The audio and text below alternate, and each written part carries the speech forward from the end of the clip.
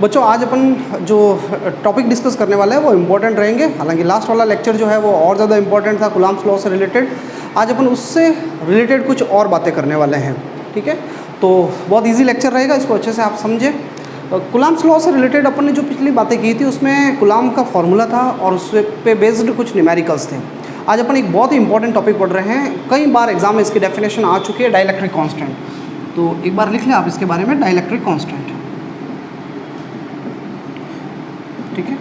देखो इसको समझना है अपन को कि ये चीज़ क्या है डाइलेक्ट्रिक कांस्टेंट। देखो इसका दूसरा नाम, एक और भी नाम है, इसको कहता है रिलेटिव परमिटिविटी, परमिटिविटी, ठीक है। तो है क्या चीज़ है, अपन इसके ऊपर बात कर लेते हैं।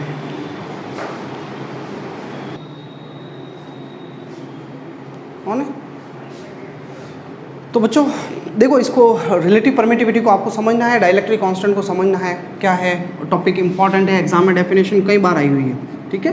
देखो हम कर क्या रहे हैं, एम क्या है हमारा। जैसे हमारे पास ये दो चार्ज है, ये चार्ज Q1 और Q2 चार्ज है, ठीक है। ये दोनों चार्ज को आपने एयर में रख दिया, हवा में रख दिया, वैक्यूम में रख दिया। जैसे आपने इन दोनों चार्जेस को वैक्यूम में रखा है तो आपसे कहा जाए कि भाई इनके बीच में फोर्स कितना होगा। तो सिंपली आप फॉर्मूला बताओगे K Q1Q2/r²। ये फार्मूला है, पता है आपके, पढ़ा हुआ है। K जो होता है ये कांस्टेंट होता है, इलेक्ट्रोस्टैटिक कांस्टेंट होता है, और इस K की वैल्यू मैंने आपको बताई है और अब आपको दिमाग में सेट बैठा देनी है, बहुत ज़्यादा यूज़ आएगी, 1/4πε0, ठीक है। अब मैं ये कहना चाह रहा हूँ आपसे कि ये दोनों चार्ज अगर एयर में पड़े हुए हैं, वैक्यूम में पड़े हैं, तब तो ये फोर्स का फॉर्मूला ये रहेगा। लेकिन जैसे आप इन दोनों चार्जेस को उठा करके पानी में या किसी और मीडियम के अंदर रख देते हो, तब इस फोर्स की वैल्यू जो है वो चेंज हो जाती है। यानी ये जो फोर्स का फॉर्मूला है ये मीडियम पे डिपेंड करता है। तो एयर, देखो आपने जब दोनों चार्ज को एयर में रखा तो एयर जो है, एयर कितना इलेक्ट्रिसिटी को अपने अंदर रख सकती है, फ्लो कर सकती है, किसी भी तरीके से आप कह सकते हो, मतलब कितना इलेक्ट्रिक बिहेवियर शो कर सकती है। तो एक्चुअली एयर का क्या मतलब इलेक्ट्रिक बिहेवियर रहेगा, एयर कितनी मतलब इलेक्ट्रिक फील्ड के लिए रेस्पॉन्स शो कर रही है, उसको मेज़र करने का काम करता है ये एप्सिलॉन नॉट। इस एप्सिलॉन नॉट को आप, वैसे तो सिस्टमेटिक डेफिनेशन और सारी चीज़ें अपन डाइलेक्ट्रिक कांस्टेंट की आगे एक सेकंड चैप्टर है वहाँ पढ़ेंगे, डेफिनेशन यही आएगी, अभी आएगी, लेकिन इसका लॉजिक क्या है पीछे का वो आगे सेकंड लेक्चर में बात करेंगे। तो देखो ये एप्सिलॉन नॉट जो है इसको बोलते हैं परमिटिविटी, इसको भी परमिटिविटी बोलते हैं, एप्सिलॉन को परमिटिविटी बोलते हैं। एप्सिलॉन नॉट का मतलब है permittivity of free space, vacuum की परमिटिविटी। जब ये दोनों चार्ज अगर हवा में पड़े, वैक्यूम में पड़े, दिया एप्सिलॉन नॉट आएगा। लेकिन अगर आपने इन दोनों चार्जेस को हवा की जगह पानी में डाल दिया तो यहाँ फिर एयर की परमिटिविटी नहीं आएगी। ये एप्सिलॉन नॉट है ना, इस एप्सिलॉन नॉट को बोलते हैं permittivity of free space, permittivity of free space, इसको परमिटिविटी ऑफ फ्री स्पेस बोलते हैं। फ्री स्पेस का मतलब हवा, वैक्यूम। तो वैक्यूम में जब रखोगे तो यहाँ वैक्यूम की परमिटिविटी आएगी। ये K जो है ये यूनिवर्सल कांस्टेंट नहीं है भाई। जैसे ग्रेविटेशन कांस्टेंट होता है ना, जी की वैल्यू सब जगह एक जैसी होती है, पानी में ले जाओ, कहीं पर भी जाओ, जी की वैल्यू चेंज नहीं होती, इसलिए जी को कहते हैं यूनिवर्सल कांस्टेंट। पर यहाँ पे ये जो कांस्टेंट, जिस K की वैल्यू जो मैंने लिखी थी 1/4πε0, ये यूनिवर्सल नहीं है, ये मीडियम के साथ चेंज होता है। एयर के लिए 1/4πε0 होता है K की वैल्यू, और ये फॉर्मूला है। लेकिन अब इन दोनों चार्ज को अगर पानी में उठा के रख दोगे तब इस फोर्स का फॉर्मूला चेंज हो जाएगा। तब यहाँ एप्सिलॉन नॉट की जगह कोई दूसरा आ जाएगा, और वो दूसरा क्या होगा, तो अगर आप जैसे किसी मीडियम में रखोगे तो यहाँ पे मीडियम की परमिटिविटी आ जाएगी एप्सिलॉन, ठीक है। ये आपको दिमाग में रखना है, ये किसकी परमिटिविटी है, मीडियम की परमिटिविटी है। हवा में रखोगे तो वैक्यूम की परमिटिविटी आ जाएगी, हवा की परमिटिविटी आ जाएगी, और अगर वैक्यूम की जगह अगर आप किसी मीडियम में रखोगे तो मीडियम की परमिटिविटी आ जाएगी। यानी कहने का मतलब पूरा खेल इसका एप्सिलॉन का। अभी एप्सिलॉन हवा की परमिटिविटी है, अगर हवा में रखा, और मीडियम में रखा तो मीडियम की परमिटिविटी, उसको बोलते हैं एब्सोल्यूट परमिटिविटी। पर हम पढ़ रहे हैं रिलेटिव परमिटिविटी। तो अब मैं आपको पूरा एक्सप्लेन कर रहा हूँ, एक बार आप डेफिनेशन लिख लो फिर आगे बात करते हैं ना। बहुत ईजी टॉपिक है अभी, देखो इतना एक्सप्लेन कर रहा हूँ मैं, और जैसे अभी टॉपिक कंप्लीट हो जाएगा आपको और अच्छे से समझ में आ जाएगा। तो डाइलेक्ट्रिक कांस्टेंट की डेफिनेशन लिखना, it is defined as the ratio of electric force, या कूलम्ब फोर्स भी कह सकते हो भाई, ठीक है ना, coulomb force, coulomb force between two charges in vacuum to the force between them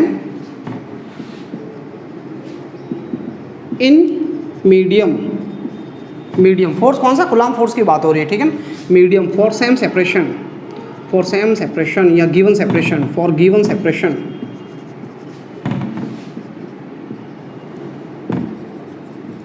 separation. तो देखो भाई अब आपको ज़्यादा कंफ्यूज होना ही नहीं है। डेफिनेशन क्या है डाइलेक्ट्रिक कांस्टेंट, इस डाइलेक्ट्रिक कांस्टेंट की जो डेफिनेशन है, डाइलेक्ट्रिक कांस्टेंट, डाइलेक्ट्रिक कांस्टेंट, इसकी डेफिनेशन है फोर्स, इलेक्ट्रिक फोर्स निकालना है, फोर्स इन वैक्यूम, ऊपर तो आएगा वैक्यूम में फोर्स और अपॉन में आएगा फोर्स इन मीडियम, बस इतना सा सिंपल फार्मूला है। और ये फार्मूला भी लिख लोगे तो आपको पूरे नंबर मिल जाएंगे। एग्जाम में अगर डेफिनेशन पूछी जाए, आप डेफिनेशन नहीं लिख पाते हो, वैसे लिखनी चाहिए, बहुत इजी है। Force ratio force in vacuum to the force in medium, इतना सिंपल है। मीडियम नीचे आएगा, जिस मीडियम का डाइलेक्ट्रिक कांस्टेंट निकाल रहे हो, डाइलेक्ट्रिक कांस्टेंट किसका है, मीडियम का, जिस मीडियम का डाइलेक्ट्रिक कांस्टेंट निकालना है वो नीचे आएगा यहाँ पर, ठीक है। डाइलेक्ट्रिक कांस्टेंट को देखो K से डिनोट कर सकते हो आप, आगे आने वाले चैप्टर्स के अंदर अपन डाइलेक्ट्रिक कांस्टेंट को K से डिनोट करेंगे, पर आप कंफ्यूज हो जाओगे। अभी मैंने K से डिनोट कर लिया तो, क्योंकि K से अपन किसको लिख रहे हैं, 1/4πε को लिख रहे हैं, 1/4πε0 को, तो इसलिए मैं डाइलेक्ट्रिक कांस्टेंट के लिए सिंबल बना देता हूँ εr, क्लियर, εr। इस डाइलेक्ट्रिक कांस्टेंट का दूसरा नाम है रिलेटिव परमिटिविटी, रिलेटिव यानी कंपेयर कर रहा है, ठीक है। किसको कंपेयर कर रहा है, वैक्यूम को और मीडियम को। तो भाई फोर्स इन वैक्यूम को मैं लिख लेता हूँ F0 और फोर्स इन मीडियम को मैं लिख लेता हूँ Fm। ये फॉर्मूला बहुत इंपॉर्टेंट है, इसको आप दिमाग में सेट कर लें इस फॉर्मूले, ठीक है। एक चीज़ और, ये मैं हटा देता हूँ, ये फार्मूला कंप्लीट हो गया भाई। इसके बारे में डाइलेक्ट्रिक कांस्टेंट के बारे में ये इतना सा था। इसके बारे में अगर मैं फैक्ट्स की बात करूँ, फैक्ट्स, तो सबसे पहले इसके यूनिट की बात करें भाई, क्या यूनिट होगा, तो ये ऊपर भी फोर्स आ रहा है, नीचे भी फोर्स आ रहा है, तो ये यूनिटलेस क्वांटिटी, कोई यूनिट नहीं होता है। अगर दूसरी मैं बात करूं, किसके लिए कितनी होती है एप्सिलॉन आर की वैल्यू, तो वैक्यूम के लिए है ना, वैक्यूम या फ्री स्पेस, वैक्यूम या फ्री स्पेस कह दो, वैक्यूम को फ्री स्पेस भी बोलते हो, एयर बोल दो भले, जो भी आपकी मर्जी हो जो, ठीक है। उसके लिए एप्सिलॉन आर की वैल्यू होती है, डाइलेक्ट्रिक कांस्टेंट की वैल्यू होती है 1, कितनी होती है 1, आपको याद रखना है, ठीक है।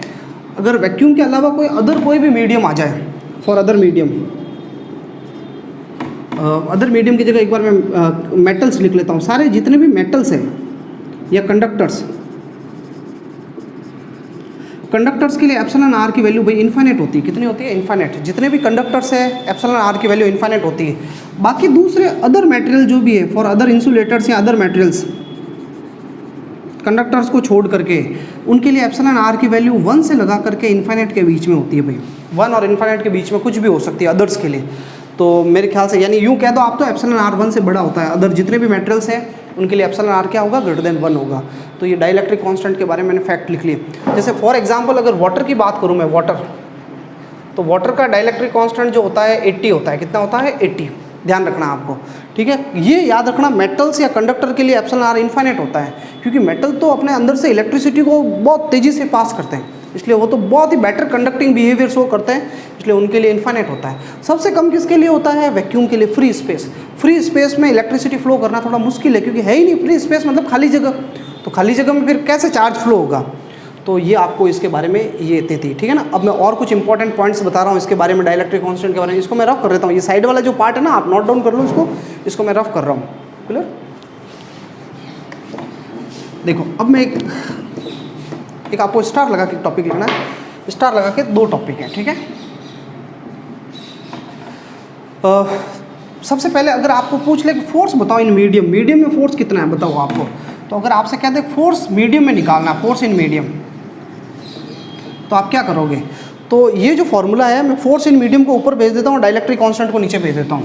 तो फोर्स मीडियम में निकालना है तो वैक्यूम में फोर्स निकालो और अपॉन में किसका डिवाइड कर लेना, एप्सिलॉन आर का। अब इस चीज़ को आप गांठ बांध लें, इसको पक्का कर लें कि अगर डाइलेक्ट्रिक अगर फोर्स मीडियम में पूछ ले आपको, तो भाई कहते हैं पहले 2 चार्ज एयर में पड़े थे, अब उनको पानी में रख दिया, तो न्यू फोर्स कितना होगा। तो आपको उसमें ज़्यादा उलझना ही नहीं है, पहले आप वैक्यूम में फोर्स निकाल देना। वैक्यूम में कैसे निकालोगे, तो हमने कल जो हमारा लास्ट लेक्चर था उसमें इतने सारे तो न्यूमेरिकल किए हमने, वैक्यूम में तो निकाला, तो simply Q1 Q2 by R² formula लगाना, वैक्यूम में फोर्स आ जाएगा। और जैसे वैक्यूम में निकाल दो तो उसमें एप्सिलॉन आर का डिवाइड कर लेना डाइलेक्ट्रिक कांस्टेंट का, ये आपको क्वेश्चन खुद अवेलेबल करवाएगा। वैल्यू रखते ही आपके आंसर आ जाएगा। ठीक है, आगे बात करेंगे अपन। दूसरी एक और काम की चीज़ मैं बता रहा हूँ आपको, ये भी थोड़ा सा इसको माइंड में डाल देना। अच्छा, वैक्यूम में फोर्स कितना होता है? फोर्स इन वैक्यूम, अगर आपसे वैक्यूम में फोर्स पूछ ले कितना है बताओ, तो भाई फॉर्मूला आपको पता ही, कूलाम का 2 चार्ज पड़े हैं वैक्यूम में, K Q1 Q2 upon R square, ये फॉर्मूला हमारा पड़ा हुआ है। K क्या होगा? 1/4 pi epsilon naught Q1 Q2 upon R square. इसको इक्वेशन नंबर में 1 दे देता हूँ। ठीक है, इसको मैं रफ कर लेता हूँ, थोड़ा सा हटा देता हूँ। देखो ये तो वैक्यूम में ये तो पढ़ा है ना, हम अभी तक तो पढ़ते आ रहे हैं फॉर्मूला कि 1/4 पाई एप्सिलॉन नॉट, K की जगह वैल्यू रख दी Q1 Q2 upon R square.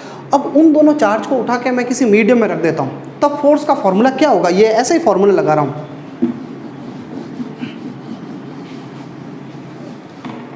देखो, जहाँ पे भी डाउट आता है, कंफ्यूजन आता है, उसको रोक लो, स्टार लगा दो, फिर बाद में अपन डिस्कस कर लेंगे उस चीज़ को। बाकी ऐसा कुछ भी नहीं है, कहीं उलझाऊ नहीं है, सारी चीज़ें सिंपल है। इतना धीरे धीरे एक्सप्लेन किया जा रहा है आपको। अब मैं वैक्यूम के अंदर, अच्छा ये भी, ये जो है ना, ये बताई जा रही है आपको, खाली एक नॉर्मल इन्फॉर्मेशन है, ये डायरेक्ट अप्लाई होगी जहाँ पर भी, इसलिए आपको कोई डेरिवेशन नहीं है कि आप इसको याद रखो। डेफिनेशन याद रखनी है, फॉर्मूला याद रखना है, यूनिट लेस क्वांटिटी है वो याद रखना है। और ये मेरे को एक लॉजिक बताना, इसलिए मैं इसको स्टार लगा के लिखा रहा हूँ आपको। तो भाई फोर्स इन वैक्यूम, अगर फोर्स मीडियम में चाहिए तो क्या होगा? अगर उन्हीं दोनों चार्ज को अगर आप मीडियम में रख दो, तो देखो ये वाला फॉर्मूला लगा रहा है ना, वो तो वाला ठीक है, वो तो जब F0 निकालो और एप्सिलॉन आर दे दे तब डिवाइड करके निकाल देना, पर मैं एक्चुअली ये फॉर्मूला लिखना चाहता हूँ। तो ये वैक्यूम में रखे थे चार्ज, तो एप्सिलॉन नॉट आया। वैक्यूम की जगह अगर किसी दूसरे मीडियम में रखोगे तो सेम ऐसे ही फॉर्मूला लगेगा, 1 अपॉन, या एप्सिलॉन नॉट की जगह एप्सिलॉन आ जाएगा, और Q1 Q2 upon R square, ये सेम रहेगा भाई, Q1 Q2 upon R square. तो कहने का मतलब ये हो गया कि चार्ज अगर वैक्यूम में पड़े हो तो एप्सिलॉन नॉट, और किसी मीडियम में पड़े हो तो मीडियम की परमिटिविटी आ जाएगी। अब डाइलेक्ट्रिक कांस्टेंट बताओ भाई क्या होगा? K का क्या फॉर्मूला है dielectric constant? K epsilon R का क्या फॉर्मूला है? F0 upon Fm।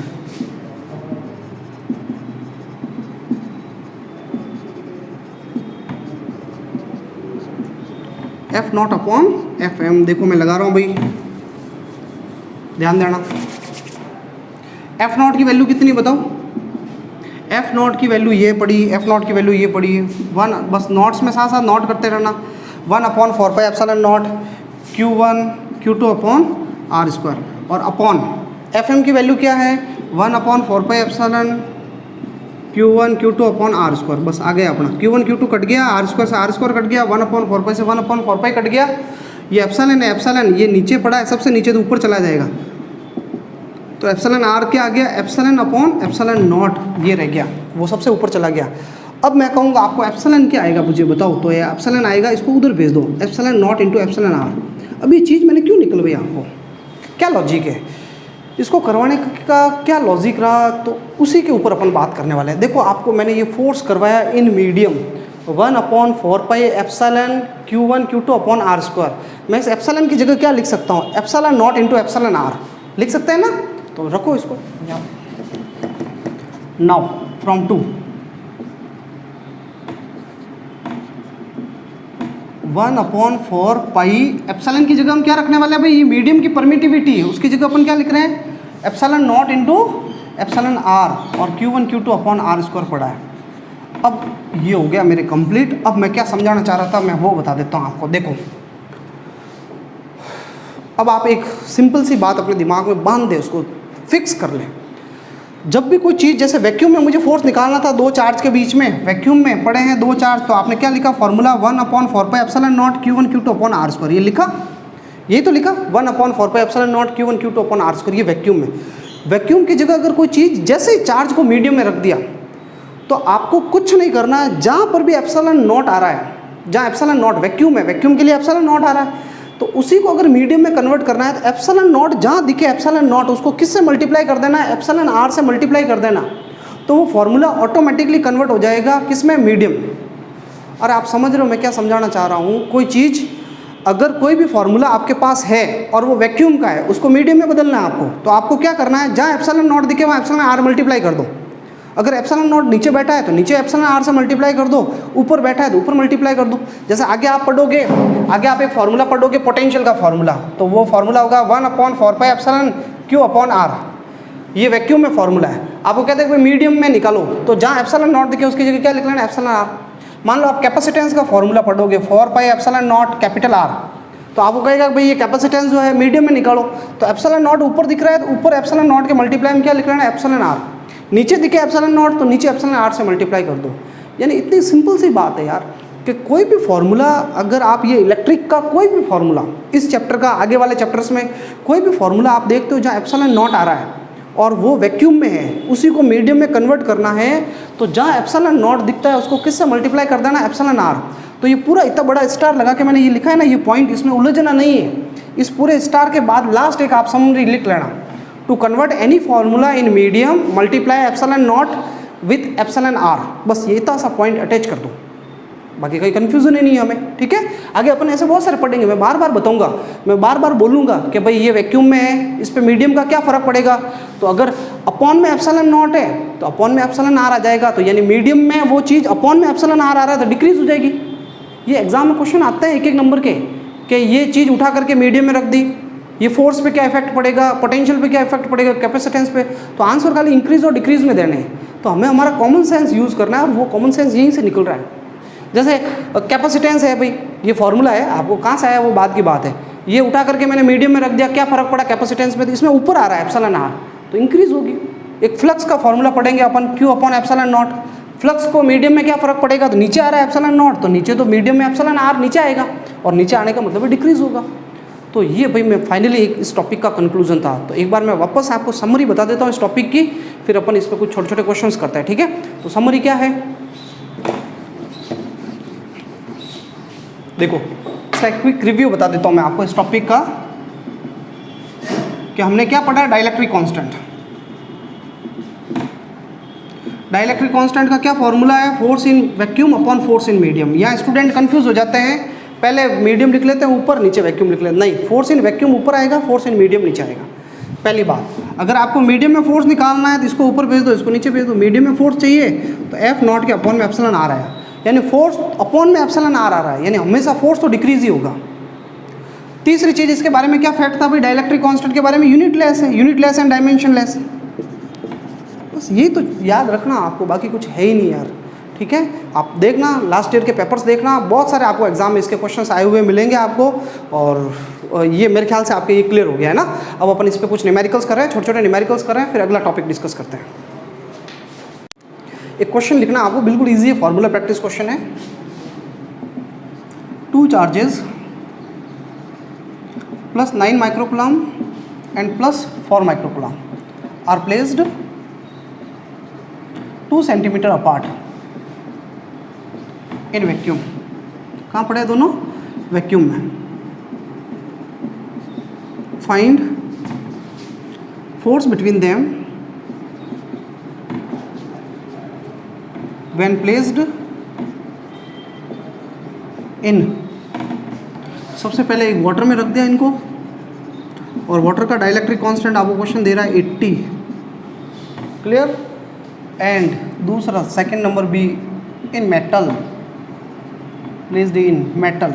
मेटल का डाइलेक्ट्रिक कांस्टेंट देगा नहीं आपको, खुद को याद रखना है। तो अपन इस क्वेश्चन को कर रहे हैं, बिल्कुल इजी क्वेश्चन है। 2 चार्ज है, कौन कौन से हैं, प्लस 9 माइक्रोकूलम एक चार्ज है, Q1 है प्लस 9 माइक्रोकूलम, और Q2 कितना है, प्लस 4 माइक्रोकूलम, और दोनों के बीच की डिस्टेंस कितनी सेंटीमीटर है, 2 सेंटीमीटर, ठीक है। ये डाटा अवेलेबल है। तो एक बार मैं थोड़ा सा है ना लिख लेता हूँ जो डाटा दिया हुआ है मुझे, ये दोनों अभी मैं वैक्यूम में मान रहा हूँ, ठीक है। तो फर्स्ट Q1 पड़ा है 9 माइक्रोकूलम, तो 9 माइक्रो का मतलब होता है 10 की पावर -6। Q2 कितना है, 4 माइक्रोकूलम, 4 माइक्रो का मतलब होता है 10 की पावर -6 कूलम, क्लियर। Q1 और Q2 आ गया। R कितना है भाई, डिस्टेंस कितनी है, 2 सेंटीमीटर। सेंटीमीटर को मीटर में कैसे बदलते हैं, 10 की पावर -2 से मल्टीप्लाई करके, क्लियर। अब अपन फॉर्मूला अप्लाई करते हैं। पहले मैं फोर्स निकाल रहा हूँ, पहले वैक्यूम में निकालेंगे, ठीक है। बहुत सिंपली हमने पढ़ा हुआ है फोर्स इन वैक्यूम। वैक्यूम को फ्री स्पेस भी कहते हैं। तो क्या फॉर्मूला है भाई फोर्स का वैक्यूम में, K Q1 Q2 upon R square. K की वैल्यू क्या होती है, K को आप चाहो तो 1/4 पाई एप्सिलॉन नॉट लिख सकते हो, पर लिखने की कोई ज़रूरत नहीं है। K की हमें डायरेक्ट वैल्यू पता है न्यूमेरिकल्स में, 9 × 10⁻⁹, और वो जो 9 × 10⁻⁹ वैल्यू है वो वैक्यूम में ही है। तो मैं K की वैल्यू रख लेता हूँ भाई 9 × 10⁻⁹, ठीक है। Q1 की वैल्यू कितनी है, 9 × 10⁻⁻⁶। Q2 की वैल्यू कितनी है भाई, 4 × 10⁻⁻⁶। ठीक है, और अपॉन आर की वैल्यू कितनी है 2 × 10⁻², और स्क्वायर है तो आर का ये स्क्वायर लो, एक बार तो मैं लिख के लेता हूँ। अब इसको सिंप्लीफाई करना है, पहले फोर्स वैक्यूम में निकालते हैं, फिर बाद में बात करेंगे वाटर में और मेटल में। तो भाई 2 का स्क्वायर करोगे तो 4 हो जाएगा, 4 से ये 4 कट गया, अब ये 9 और 9 मल्टीप्लाई हो गए 81 × 10⁻², देखो 9 ये लिख लेता हूँ, -6 कितनी होगी भाई माइनस की 12, और यहाँ स्क्वायर करोगे तो -2 का स्क्वायर कितना हो जाएगा -4 ऊपर चला जाएगा तो 10 की पावर 4 हो जाएगी। तो कुल मिला के मेरे को लग रहा है बहुत छोटा सा पॉइंट आएगा, क्या आएगा 81, देखो 9 पावर और 4 पावर कितनी हो गई भाई 13, प्लस की ऐड करो 13 में से माइनस कर दो 12, तो कितना रह गया, एक ही तो पावर रह गई, 13 में से 12 गए तो 10, तो 10 आ गया, 10 की 1 पावर रह गई, तो कुल मिला के हो गया 810 न्यूटन फोर्स आया। ये तो वैक्यूम में आया है। अब आपसे पूछा कि भाई फोर्स बताओ वाटर के अंदर, ये नोट डाउन कर लेना, मैं इसको रफ कर लेता। अब इन दोनों चार्ज को आपने उठा के कहाँ रख दिया, मीडियम में रख दिया, पानी में। अब भाई अपन फर्स्ट पार्ट स्टार्ट करें, इन वाटर। तो वाटर के अंदर क्या करोगे आप, तो वाटर के अंदर या मीडियम के अंदर निकालना है तो आपको फॉर्मूला बताया हुआ है, फोर्स पहले वैक्यूम में निकाल दो और अपॉन में किसका डिवाइड कर दो, एप्सिलॉन आर का। तो वैक्यूम में कितना फोर्स है बताओ, कितना है, निकाला ना यार, पहले वैक्यूम में फोर्स निकालना, जो कि बहुत सिंपल काम है। और डाइलेक्ट्रिक कांस्टेंट कितना है 80, ये 80 रख दिया, ये 0 से 0 8 का डिवाइड कर देना भाई, तो 8 का डिवाइड करोगे तो 1 0 10 पॉइंट समथिंग करके अप्रॉक्सीमेटली 10 न्यूटन आ जाएगा फोर्स। तो देखो आप समझ पा रहे हो कि पहले वैक्यूम में कितना फोर्स था 810 न्यूटन था, और जैसे पानी में रखा 10 न्यूटन ही हो गया, तो डिक्रीज हुआ ना।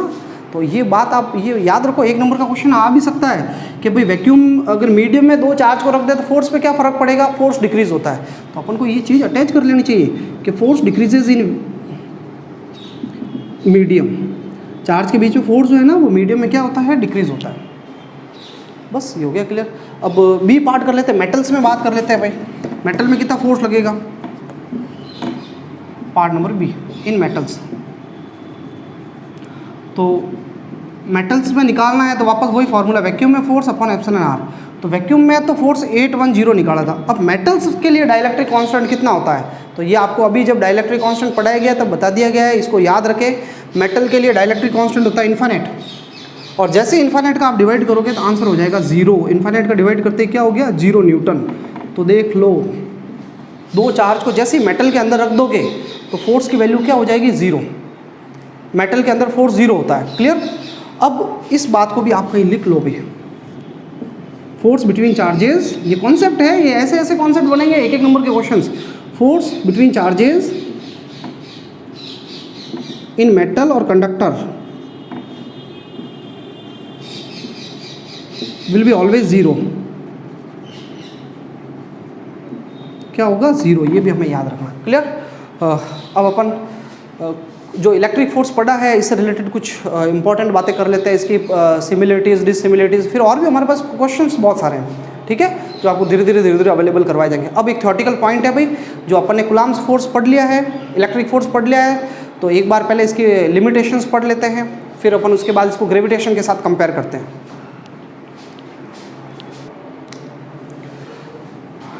अब हेडिंग लगाओ लिमिटेशंस ऑफ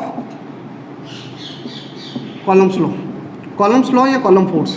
लिमिटेशन कह दो या इसकी प्रॉपर्टीज़ कह दो, भले एक ही बात है ना।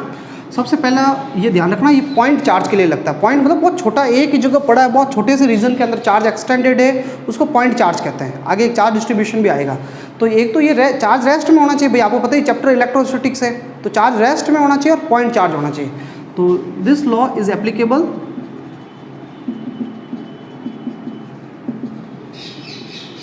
only for static and point charges, ठीक है। It follows inverse square law of distance।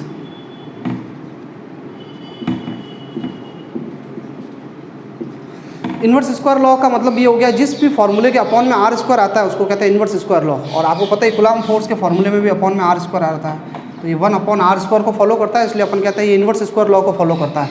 ये सेंट्रल फोर्स है भाई, कूलम्ब फोर्स जो है सेंट्रल और कंजर्वेटिव फोर्स है, ठीक है ना। सेंट्रल फोर्स का मतलब ये जॉइनिंग लाइन के अलॉन्ग लगता है। It is central force that means always acts along joining line. Clear. फिर फोर्थ नंबर इसकी क्या प्रॉपर्टीज है, ये मीडियम पे डिपेंड करता है। अभी तो हमने देखा मीडियम के साथ चेंज हो जाता है। It is medium dependent force. It is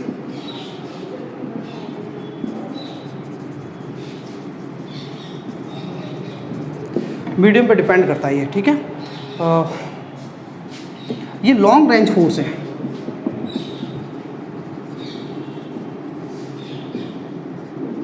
force fundamental force भी है वैसे तो, ये भी लिख सकते हो आप। फंडामेंटल जो 411 में पढ़ाए गए उनमें से ये एक है, पर फिर भी आप ये चीज़ें आप ध्यान रखें, ठीक है।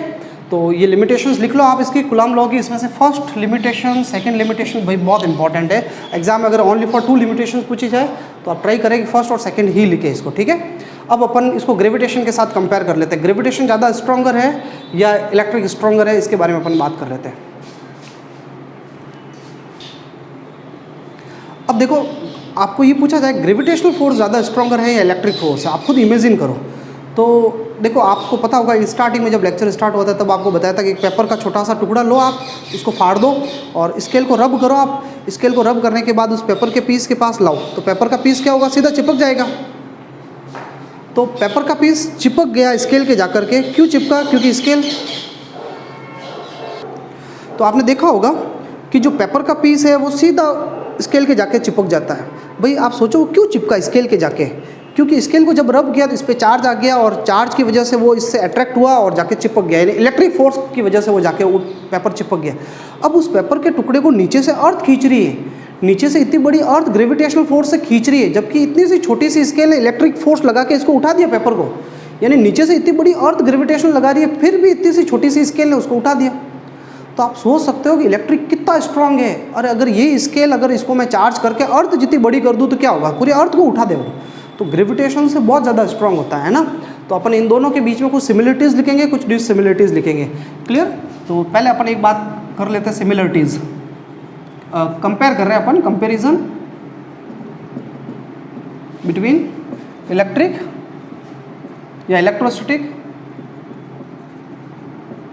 एंड ग्रेविटेशनल फोर्स, ठीक है। तो कंपैरिजन में सिमिलरिटीज सबसे पहले, भाई मैं फटाफट लिखूंगा थोड़ा सा, तो इसको आप एडजस्ट करें। बोल तो रहा ही हूँ साथ साथ। सिमिलरिटीज में सबसे पहले both are central forces and obey inverse square law. दोनों के अपॉन में आर आता है, inverse square law of distance, ठीक है। Both are fundamental forces.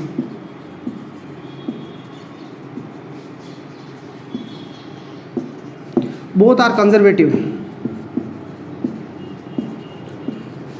Forces. 11 में पढ़ा हुआ है कंजर्वेटिव, जो पाथ पे डिपेंड नहीं करते हैं, कंजर्वेटिव फोर्सेस, ठीक है। फिर फटाफट लिख लो, सिंपल सी बातें हैं, कोई 1-2 पॉइंट एग्जाम पूछे जाते हैं। Both are long range forces, both are long range forces. बहुत दूर जाके है ना जीरो होता है, ये बहुत लॉन्ग रेंज के फोर्स है। ये सिमिलरिटीज़ होगी। डिससिमिलरिटीज़ क्या है,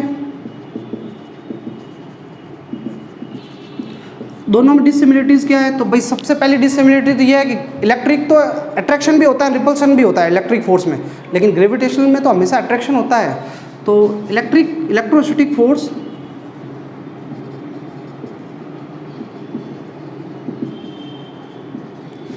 has attractive as well as repulsive nature, whereas gravitational has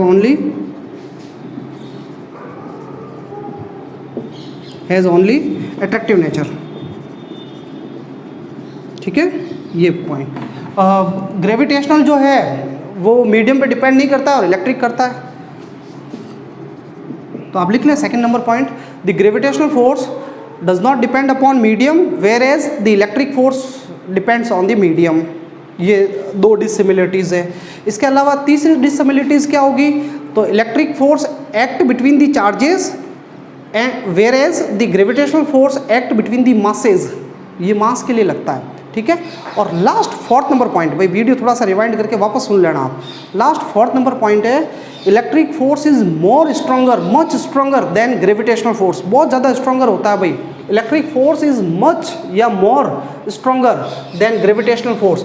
जैसे फॉर इलेक्ट्रॉन्स, अगर दो इलेक्ट्रॉन्स की बात की जाए, दो इलेक्ट्रॉन को पास में रख के अगर आप उनका ग्रेविटेशनल फोर्स निकालो और इलेक्ट्रिक निकालो, तो इलेक्ट्रॉन्स के लिए 10⁻36 टाइम्स स्ट्रॉन्गर होता है, ठीक है, सॉरी 43 टाइम्स। और प्रोटॉन्स की बात करूं मैं तो 10⁻36 टाइम्स होता है स्ट्रॉन्गर, ठीक है। ये रफली डाटा है, इसको आप लिख लेना। तो ये भाई 4 पॉइंट्स हो गए, इसमें फर्स्ट पॉइंट लिखा दिया dissimilative, second point, third point आपको मैंने बता दिया electric force act between the charges whereas gravitational force act between the masses. और फोर्थ नंबर पॉइंट में लिखना electric force is much stronger than gravitational force. Clear? तो ये सारे हो गए। अपन अगले लेक्चर के अंदर और न्यूमेरिकल्स और बहुत सारी बातें करेंगे, ठीक है। Thank you.